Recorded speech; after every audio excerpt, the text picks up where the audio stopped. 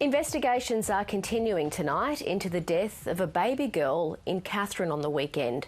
The ABC's Jane Bardon is in Katherine. Jane, what do we know so far about the death of the 4-month-old? The baby's mother was arrested and taken away from the public housing complex behind me in Katherine here. Her family are understandably devastated over her death, and Aboriginal community leaders in Katherine are asking why the baby and her 5-year-old sister were left in the house by the police when their mother was taken away. Early on Sunday morning last week, police officers arrested the 21-year-old mother of the baby and her 5-year-old sister at this public housing unit in Katherine East. The ABC understands officers left the children with their father and grandfather, who were both very drunk. It's understood the drunk adults were being noisy and had quarrelled before the police were called. Neighbours here say police are regularly called to the public housing units on this street, where there's often heavy drinking and noise, and children roaming the road until late into the night. Aboriginal community leaders in Katherine are asking why the officers chose to leave the baby and the young child in the house with 2 drunk men. For what took place just recently, it's totally unacceptable.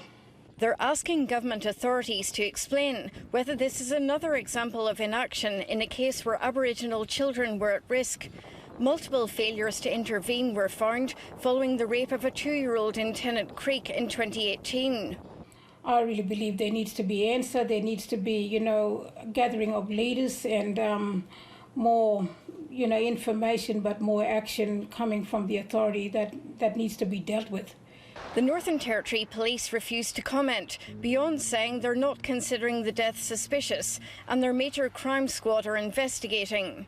The ABC understands the family were known to the Territory Families Department, but it wouldn't comment, citing the family's privacy. My saying there's an active investigation there and I can't comment on that.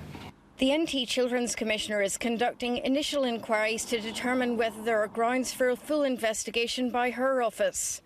The baby girl's death has devastated her family in Katherine and her family in Elliott further south, who told the ABC they're distraught mourning her loss at such a young age. Obviously, this family's going to need a lot of support and they'll certainly get that support. This tragedy and the questions surrounding it about the actions of the police are likely to add to the already growing public pressure on government and justice agencies to explain how they're interacting with Indigenous communities. Jane Bardon, ABC News, Katherine.